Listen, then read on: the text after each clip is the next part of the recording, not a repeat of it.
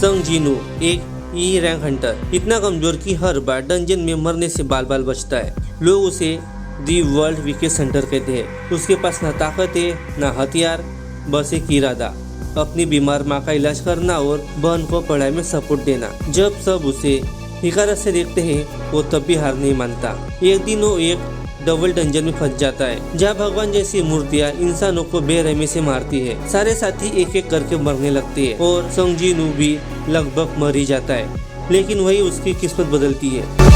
एक mysterious system उसे चुनता है, would you like to become a player, और ऐसे शुरू होती है संग जिनू की असली कहानी। सिर्फ जिंदा रहने की नहीं बल्कि सबका मालिक बनने की। अब संग जिनू एक ऐसा शख्स है जिसे खुद को लेवल अप करने का मौका मिला है। जैसे गेम में स्टेटस बढ़ते हैं, स्ट्रेंथ, एजिलिटी, स्टैमिना, वैसे ही वो रोज रोज मरे बिना खुद को ट्रेन करता है। वो चुपचाप डंजन में घुसता है, अकेले लड़ता है और अपनी हदें पार करता है। हर चोट, हर दर्द वो खुद को एक मशीन बना देता है।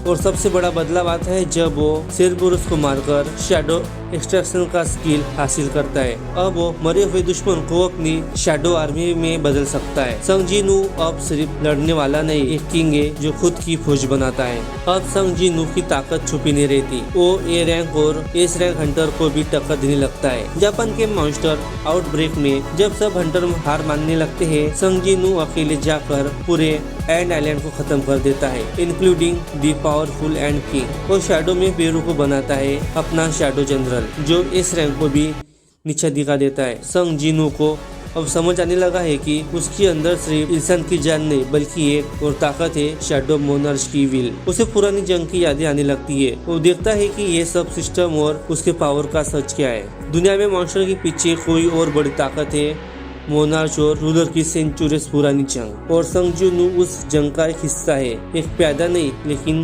अब एक राजा बन चुका है। संग जिनू का स्वभाव बदलने लगता है। अब वो न सिर्फ अपनी माँ और बहन को फिक्र करता है बल्कि पूरे देश, पूरी मानवता की रक्षा के लिए लड़ने लगता है। उसकी शैडो आर्मी अब हजारों में है। ये ग्रीस, बेरू, आयरन सब उसकी शैडो है, उसके लॉयल साथी।